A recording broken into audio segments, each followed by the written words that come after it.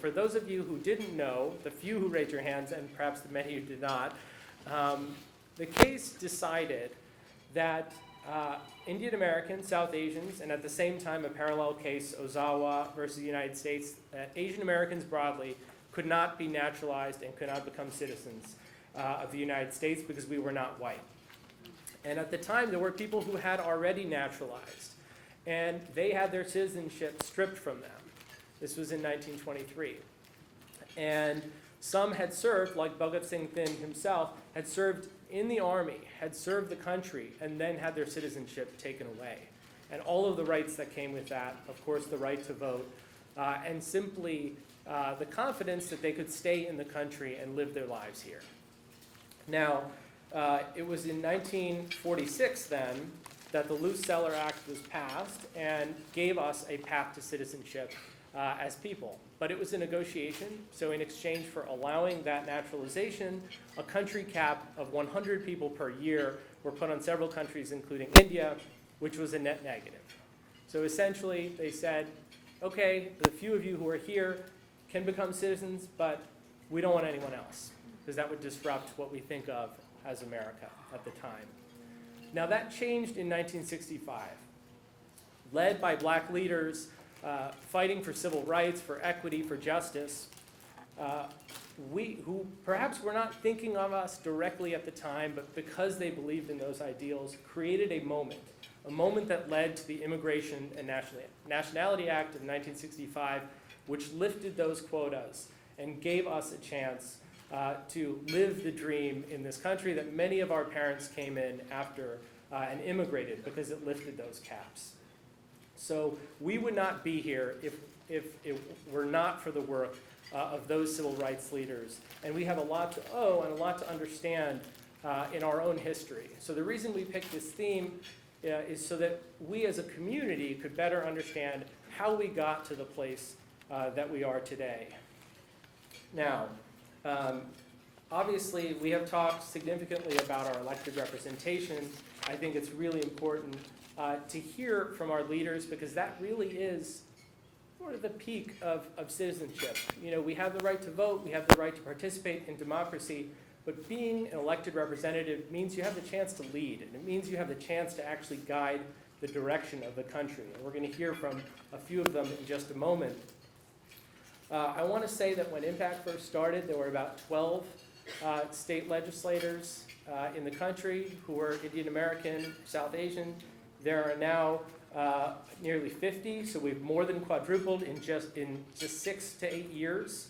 And that is thanks to the extraordinary work that many of you have done, both in your own courage in running and those of you who have created the ecosystem of support.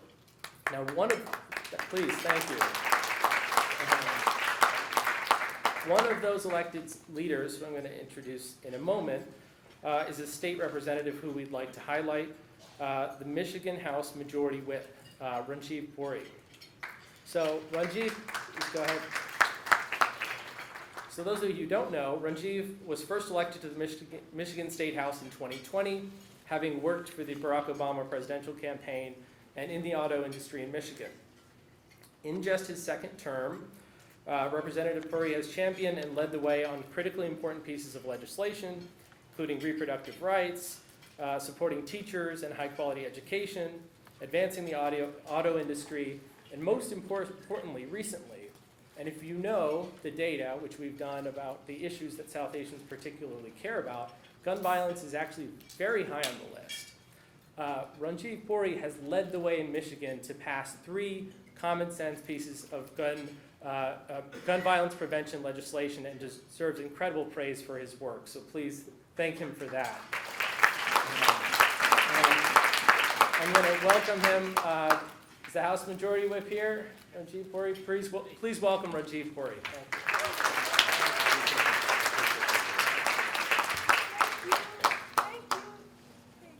Well, thank you, and thank you, Neil, for that wonderful introduction, and congratulations to our newest soon-to-be South Asian elected official. But what an honor to be amongst all of you. I want to thank Impact for yet another successful summit. This is becoming such a wonderful tradition. I'm starting to look forward to having to take a random day off in the middle of the week fly to DC into a crowded ballroom with a bunch of brown people. It's almost becoming our Desi political homecoming of sorts, right? But on a serious note, it's always humbling to be in a room and rub shoulders with our community leaders from all over the country who are accomplishing so much. For those who may not know me, as Neil mentioned, my name is Ranjiv Puri. I am the House Majority Whip in Michigan. I'm unfortunately the only Indian American in the Michigan House, the youngest South Asian to ever serve in Michigan. And last year we actually had our own Samosa caucus in Michigan, but my good friend, Congressman Thanedar, who will be with us later today, moved on to represent us here in DC. And Representative Khanna actually stopped by Michigan a few months ago to help raise some awareness in the AAPI community. He suddenly left a bit bemused because I challenged him that my district has better Indian food than his district.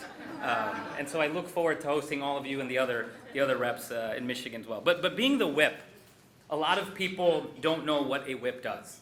The whip is part of the leadership team and is responsible for ensuring that we have the necessary number of votes required to pass any given bill. And in Michigan, we have a 0-vote majority. It's 56-54, meaning that every vote requires a lot of work. A lot of people who do know me wondered how someone like me could become the whip. The whip is often required to be stern, to strong arm, and have very uncomfortable conversations. I was often told, "You're way too nice to be the whip. How will you get upset when your colleagues will inevitably let you down? Indians are way too passive," I was told. I assured them that they have never been to a Punjabi wedding when the DJ cuts off the music too early. There is nothing passive about that. But I'm here to actually talk about the amazing work that's being done in Michigan. Yes, Michigan.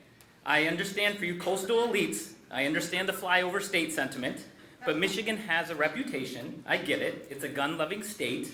It has a strong hunting culture. But my signature annual event and fundraiser is my Bollywood bash. And assault rifles and samosas really don't mix. And so you see, as much as I love my federal counterparts, sometimes it's important for states to take work into our own hands. And Michigan has been on a roll. For those not familiar, last November, Michigan elected the first Dem trifecta in 40 years.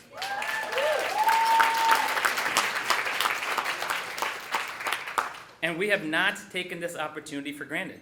We are working hard to undo decades of damage. I've introduced packages ensuring holidays like Diwali, Eid, Vaisakhi become official state holidays. We've overturned right to work, repealed a ban on abortions, added civil rights protections, and also passed common sense gun reform.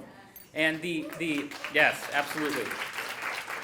Now the gun reform issue is especially important to me. Gun violence, as we've noted, affects all communities, including our own. And it is the reason I ran for office. Because when my parents came to this country nearly 50 years ago, right, they could have sailed anywhere between New York City and LA, and they picked small town Wisconsin for whatever reason, and they helped establish the first ever Sikh Gurdwara in the state of Wisconsin. And so many years later, we left for Michigan, but in 2012, a white supremacist full of hatred, Islamophobia, bigotry opened fire at the Oak Creek Gurdwara, killing 6 souls. I watched as it went from a national story to almost completely out of the news in not even 24 hours. That story was my family's entire legacy. It's our community's story, and the American dream was ripped away for so many that very day. And I realized in that moment that we need to do more to elevate our voice. I became engaged locally in Michigan. I helped largely marginalized groups find that political voice. And so roughly 10 years later, by using that tragedy as a catalyst to run for office and to fight for change, I became the majority whip in a Democratic-controlled legislature. And after the horrific tragedy at Michigan State University earlier this year, I was proud to be the lead sponsor for the red flag laws. And these are laws which would possibly prevent future tragedies, just like the Oak Creek Gurdwara shooting or the Michigan State University shooting. And I'm so proud to announce that my bill was signed into law by our governor just a few weeks ago. And so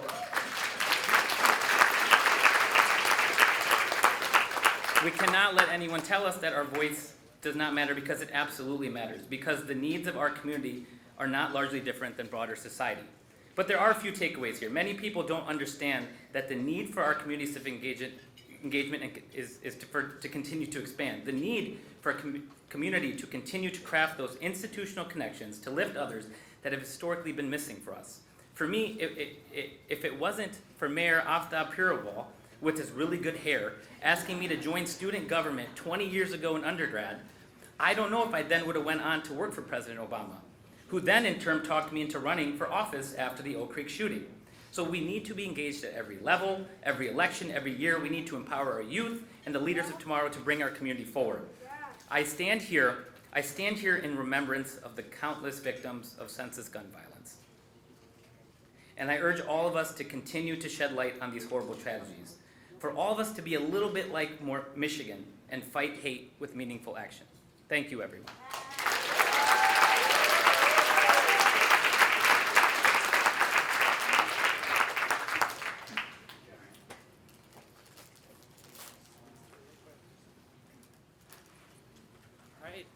We're going to invite up our panel now.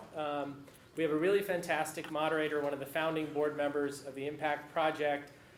She has served recently in the Biden-Harris administration and became the first South Asian president of NARAL, the nation's one of the most important reproductive rights organizations in the country, and that's Mini Timmaraju.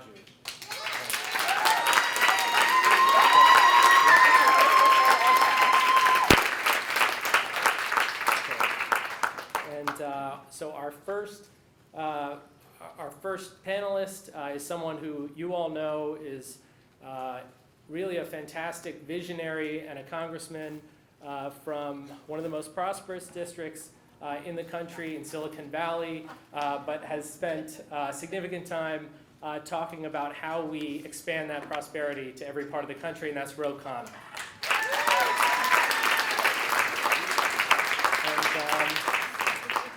Our newest member of the Samosa Caucus from Michigan, Shri Thanedar.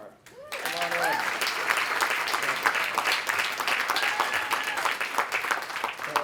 in. And another member who you've known for quite some time, Raja Krishnamoorthi from Chicago. Raja's ready to put dad jokes, I hope. Go ahead, Vinny. Great. Are we on? Oh, I can't. Yep. Great. Well, so nice to see everybody, and thank you for the warm and enthusiastic reception. I'm going to jump right in because we're a little bit off schedule, and I want to make sure you hear from these wonderful members of Congress. And I'm going to start with Representative Khanna. You talk about the new economic patriotism. And as Neil noted, you are from a very prosperous district. Can you talk about what that means in your vision and what you're leading on nationally? Well, first of all, let me thank you, Minnie, for being the moderator, and just say what a big deal it is to have someone like Minnie leading NARAL. That's an extraordinary moment for the Indian American community because it's one of the most important advocacy organizations in the country, especially when women's rights are under assault, one of the most important building blocks for the Democratic Party. It's no coincidence every Democratic politician tries to be in their good graces because they're the ones who win elections. And it's an honor to be here with Shri.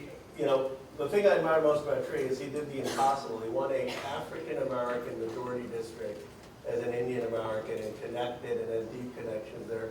He's going to be reelected for many years. Shri is doing incredible work. And an honor to be here with Raja Krishnamoorthi, who's done a phenomenal job leading us on the China Committee and has been a terrific leader on that and one of the most important roles in Congress. By a new economic, and just thank you to Impact. Thank you, Deepak, Neil, great election in Pennsylvania. Thank you for what you're doing. It keeps getting bigger every year.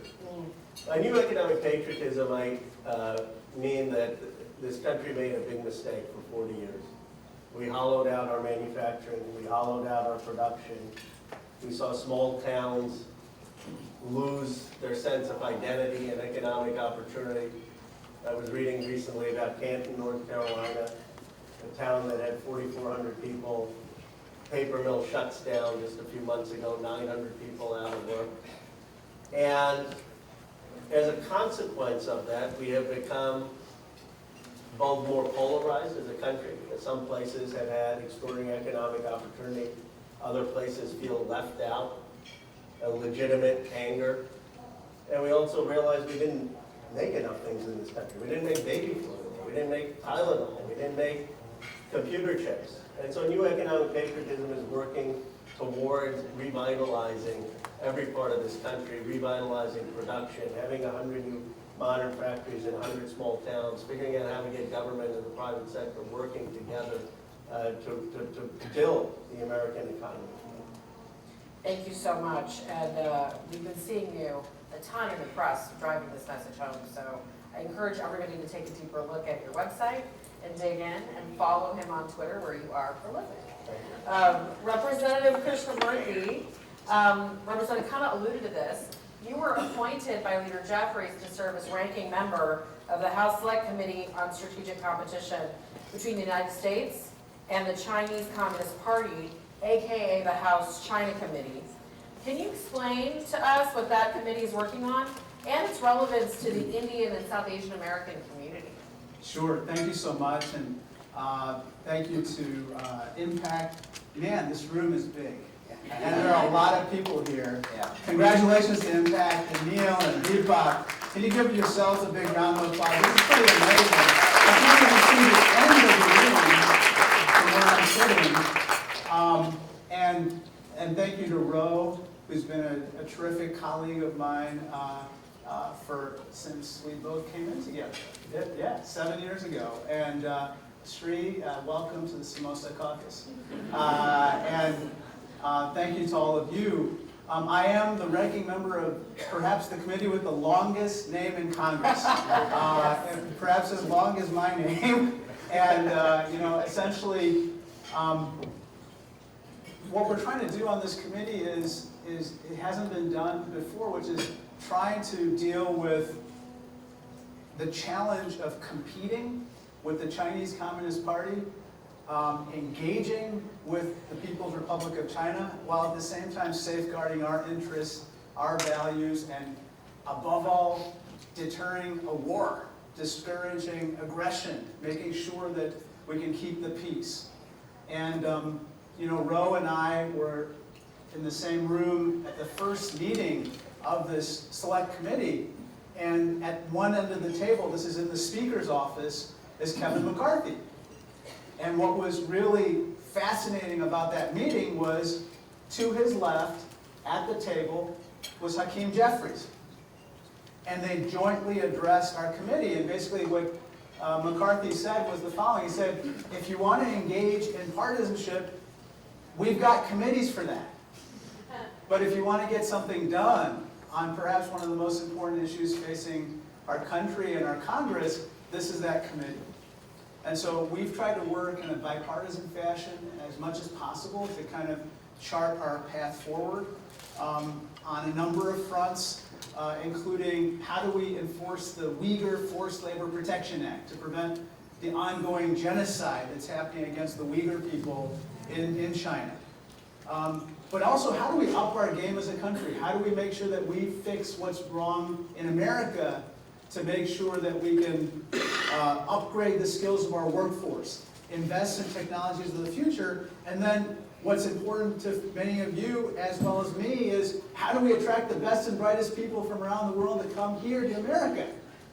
I'm one of a small number of naturalized citizens who are in Congress. I'm an immigrant myself. And you too? I was made in India. You too. And so I think that what we have on this committee is an opportunity to fix, perhaps, an institution that is just completely broken, which is our legal immigration system. I'll just briefly say this. There are 1.6 million people in the backlog for employment-based green cards alone, not counting all the other people who are in the family-based green card backlog and other backlogs. And so if we are going to nearshore and onshore those supply chains that are vital for competing with the Chinese Communist Party, we've got to onshore the talent to do that. Are you with me? We've got to onshore the so how do we retain and attract these people to stay here, grow our economy, and create the wealth and prosperity of the future, and help, you know, Rose District become even more prosperous? If we can't do that, we can't outcompete the CCP. So that's going to be a big part of my agenda on this committee. Thank you. Thank you, Representative. And we have a question coming up later in the panel. I had one on immigration, but I think you addressed it. But I am going to follow up with you real quick if you have a minute to keep it succinct, if you don't mind. What do you see realistically as a possible path for legislation in this Congress to do what you're talking about? It's a great point. I think that, and I'm going to be talking to Ro and Shri and others who care deeply about the subject, but I think that we may have a chance to get the attention of our colleagues on the other side on this CCP issue. It's almost like a Sputnik moment, if you will, for our country. How do we up our game in terms of fixing parts of our legal immigration system so that we can make sure we can fill the critical positions in the defense industrial sector, technologies of the future. In AI alone, 75% of graduate students are immigrants. 75%. So I think, for instance, there's something called the Emergency Green Card Backlogs Bill, which is sponsored by me and Larry Bouchon, a doctor from Indiana, a Republican from Indiana, and there we're trying to utilize unused green cards. There are tens of thousands of unused green cards that we'd like to use toward the backlog. Now, that's not going to solve the problem, but it's at least a baby step in the right direction, and we can start to build trust on the immigration issue to make more progress in other areas. That's very helpful. Thank you for sharing that. Representative Thanedar, you were previously a Michigan State Representative, and now you serve as a congressman for the very diverse city of Detroit. 6 months into the job, what have you learned about both your constituents and the inner workings of Congress that's surprising? Well, again, Impact, Deepak, and Neil, thank you for having me. Really great job. As you can see, the two samosas here, rising stars in our party, and I am just honored to be here, delighted to be here. You know, I was 24 years old, growing up in poverty. I was born in Belgaum in Karnataka. I speak Kannada, I speak Marathi fluently, I write Marathi fluently, and of course Hindi and Gujarati. So I was 24 years old. I needed to get a student visa. I got an admission for a PhD program in chemistry. And back then, you had to go 5 a.m. to the American embassy, stand outside in line, right, until your number is called. And my number was called at 11 o'clock, no water, no food, no bathroom, all the way waiting there till 11 a.m. Across the window is Virginia, who's asking me questions. I studied in Marathi medium, and I could hardly speak English at the time. And she's asking me all these questions, and I answered them as best as I could. And then she said, sorry, I can't give you a visa. And then she stamped no on my application. And I had never fainted in my life before, but I fell down to the ground, lost conscious, because this was the moment that I needed to change my life, you know, my family's life. And after, when I woke up and I opened my eyes, Virginia came out of her window and standing next to me with a glass of water, but no visa.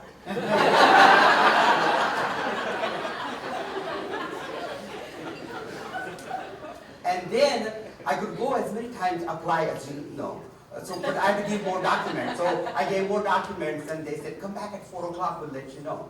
So second time, went there, they stamped my no again, her signature, Virginia's. Third time, I gave more documents about why I should be given a visa, F1 student visa. That's all I was asking for. And she rejected again for the third time. Fourth time, I got a letter from my professor. This is 1979. And he said that this kid, I need him because we're working on a thing called electric batteries. And he is an expert in this field, and I needed to do this research. So I thought that letter from an American professor will convince Virginia. Gave my papers in the morning, 4 o'clock, come back. I went there with a lot of expectation. Same thing again, she rejected my visa for the 4th time. Same stamp. The 5th time, about a month went by, I was unemployed. I needed to go to the US. And so I took the same paper Virginia rejected for the 4th time, took all that to the embassy, and they said, come back at 4 o'clock. And so I went back at 4. They said, where's your passport? And I said, I don't have one. Why do you need my passport? They said, we can't give you a visa if you don't have your passport. So I rushed home, get my passport, and I said, what, did Virginia change her mind? And they said, no, she has gone to America for vacation.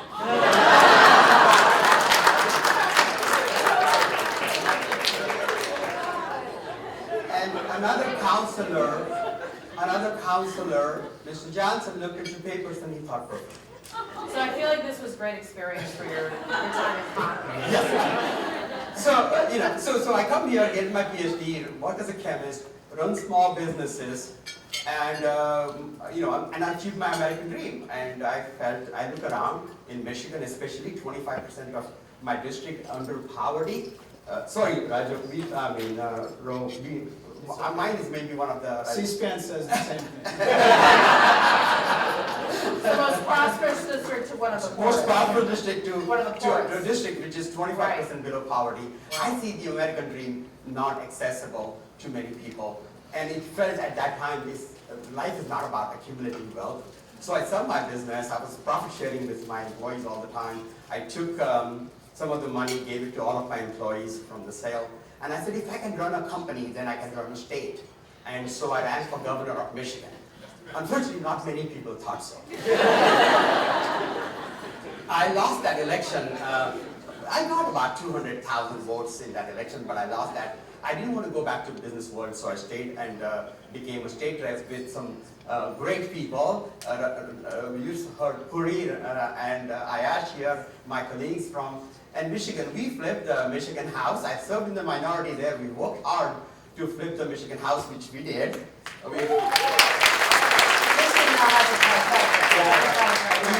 We flipped the Michigan Senate first time in 40 years, and there's so much Michigan legislation has done, the governor has done. So unfortunately, I came from a minority that just became a majority to a majority that became a minority in U.S. Congress. But I'm learning a lot. It's really getting to know people, working with people, getting things done across the aisle. I know being the business person, I want to make deals, I want to work across the aisle, get things done. And that's really what I'm focusing on. We just had a bipartisan bill about creating apprenticeships, helping small businesses, getting funding, working on the red tape. We're able to do across the aisle and get things done. My committees are small business and homeland security. So from the time of Virginia not able to enter the country, now I am a ranking member of a committee that looks after America's borders and making sure America's borders is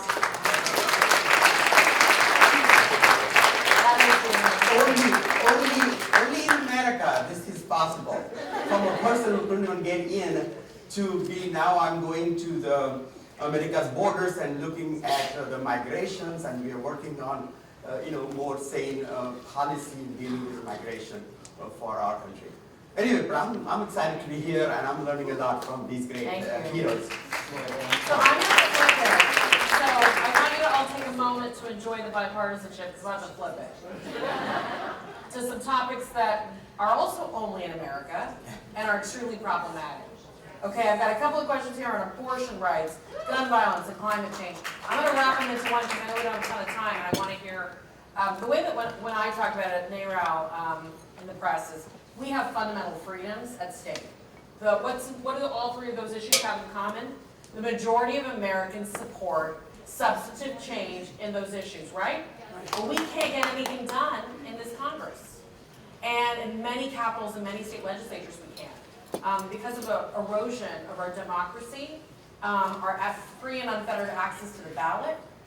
So I want to ask each of you to comment. You can pick one of these topics all of you have been champions in all of these values, and I deeply appreciate it, and so do NARAL's 4 million members.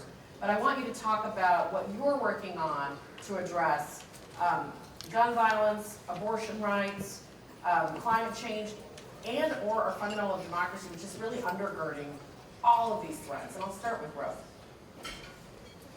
Well, the first thing we have to do is call out the Supreme Court as having a legitimacy of crisis. These are not people to be respected in black robes with elite education. These are political hacks who often got their positions by running campaigns. They're no smarter than anyone. They're no more pedigreed than anyone. And there are times in our country's history when Lincoln called out an illegitimate court, when FDR called out an illegitimate court. And what you have right now is a court that has lost the legitimacy and trust of the American people. And that's why I have a bill and I have called for term limits for these Supreme Court justices. The idea that they should be making decisions controlling women's bodies in 2023, when some of them were appointed 40 years ago, is offensive to any idea of democracy. And some of them And some of them are live, and there need to be hearings about those. And so I guess I would just say two things. Since we've got very active people here, very respected folks here, you're all active in your communities, we need a mobilization that is much more explicit and harsh in calling out the Supreme Court. We need to campaign explicitly against the Supreme Court. We should get rid of the niceties in how we are talking about these issues when fundamental rights are at stake. And we need to be campaigning at the very least on term limits for these justices and hearings for these justices. And if we do that, I think the American people will be with us and we will start to win. Thank you so much. I couldn't agree more, and we just joined several national court reform campaigns, and we're going to be doing a lot around the anniversary of the Dobbs decision coming up. The week that we also expect a lot of other deeply problematic Supreme Court decisions to come out on issues like affirmative action, immigration, and more. So thank you so much. The mass shootings that we had 300 or so mass shootings, something every other day, every day. We see this across America, and America's obsession with guns, is deeply troubling. Nowhere else in the world we see this kind of obsession, and we can't live like this anymore. We can't live like this anymore. We need to have red flag laws. We need to ensure, when our children, my grandchildren, go to school, we want to make sure they come home safe. We want to live in a society where we don't have to be fearing about our lives, going to a mall, going to a grocery store. And so we need to continue to insist on strong gun safety laws. Common sense gun safety is essential. Red flag laws on a national basis is essential that we need to fight for and ensure that we don't live in this fear. We raise our families, we raise our children in a safer environment. Now we need to do everything possible from a legal point of view. We also need to look at the mental health crisis in this. Yes, we absolutely must ban. Nobody needs those military-style assault weapons. We must absolutely ban them. And the issue of mental health. Mental health need to be on par with physical health. And I am a big proponent of Medicare for all, a single-payer health care system. And rich nations such as ours must provide health care to all citizens regardless of their financial ability. Something, no one should have to worry about their health and getting into a major health crisis and which will drive them bankrupt. So, single-payer healthcare is absolutely essential that we need to focus on. Mental health services in schools. I've seen kids waiting for weeks and months to get an appointment with a psychological counselor. And that is where a lot of times mental health manifests itself in the 10-year-olds, 12-year-olds, and we need to really address, otherwise we're going to deal with another huge pandemic, and that will be mental health, and we need to really address both of these issues. That's what I'm focusing on. Thank you so much. And I just want to point out, I just saw our friends from state of Texas, and some of you are in Allen, Texas, where we just had a terrible mass shooting. And I know you've been on the front line in a tough red state advocating for gun violence prevention, so thank you. Representative Krishnamoorthi. I think it's time we save the planet. At this point, climate change is not just a theoretical issue. It's causing incredible weather patterns that we haven't seen. We're seeing once in 100-year floods happening almost every year in some places. We're seeing incredible other weather events beset our country. And to that end, I believe we have to do everything we can to implement the Inflation Reduction Act. This is a landmark bill that got obviously signed into law by President Biden. And I think it represents, based on what my constituents say, what the vast majority of Americans want. They want us to implement an agenda of renewable energy, combined with doing whatever we can to kind of mitigate what's happening on the fossil fuel front. To that end, I helped to found the bipartisan solar caucus in Congress. Yeah, go solar. I founded it with a guy named Ralph Norman. We couldn't be more different. Ralph Norman is a member of the Freedom Caucus. I'm not. Ralph Norman is a conservative Republican. I'm not. And as I like to say, his name is Ralph. I'm not a Ralph. And yet, what's very interesting is that he got elected in a special election from South Carolina about 4 years ago. And I went up to him and just, congratulated him on his special election. And immediately he started talking about solar. And it turns out that he has been a huge solar project developer in South Carolina. And I said, why did you become such a proponent of solar? And he said, I wanted to cut the cord from our utilities. I believe in freedom and independence from our utilities. So I said, go freedom and independence. Whatever it takes, we have to do whatever it takes to get folks on the other side bought into this agenda for the sake of our planet. At the end of the day, this is what Ro and Shri and I are trying to do, is we're trying to pursue an agenda of team normal.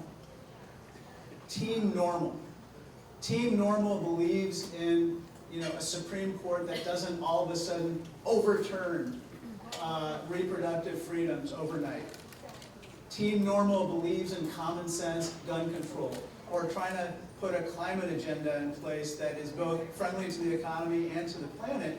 And we're battling Team Extreme every day. Yes. Team Extreme is coming after us. And so I believe today is D-Day. D-Day obviously marks the anniversary of storming the shores of Normandy in World War II. But I believe D-Day for us today is Democracy Day. It has to be the day that today we lift up our voices in favor of what the vast majority of the American people want and what the Desi people want. Desi Day, that's D-Day. And that's what we have to pursue today coming out of this conference. All of these issues are what the American people urgently need. I really appreciate that. But I was just given a 2-minute warning, because that doesn't give you time to ask everybody to wrap up, but I want to make one editorial comment. I didn't get a question about LGBTQ plus rights, but I was happy to say, to catch part of your panel, Daisy Rainbow and Allies. And I want to make an editorial comment about, and I think y'all are going to get this. All kinfolk ain't skin folk, as they say where I'm from in Texas, right? We've got some prominent candidates for president who might look like us, but do not represent our values. I'm specifically talking about certain candidate Nikki Namrata Haley and her comments about trans brothers and sisters. They're unacceptable, and it is our job, and I know these members of Congress agree with me, to stand up for what's right and fight back and not accept this hate. Yeah. So being here at Impact isn't just about running for office and supporting each other. It's about pushing back, even when the people who are on the other side of the extremist debate and our democracy look like us. So I just want to give these members of Congress a round of applause. I want to thank them for all. It's really hard work being a minority in this Congress, but guess what? We're only 4 seats short. They're not going to be a minority for long, thanks to all of you. For counting George Santos.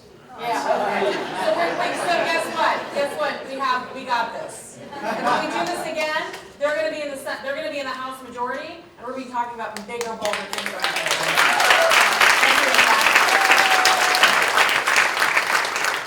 you.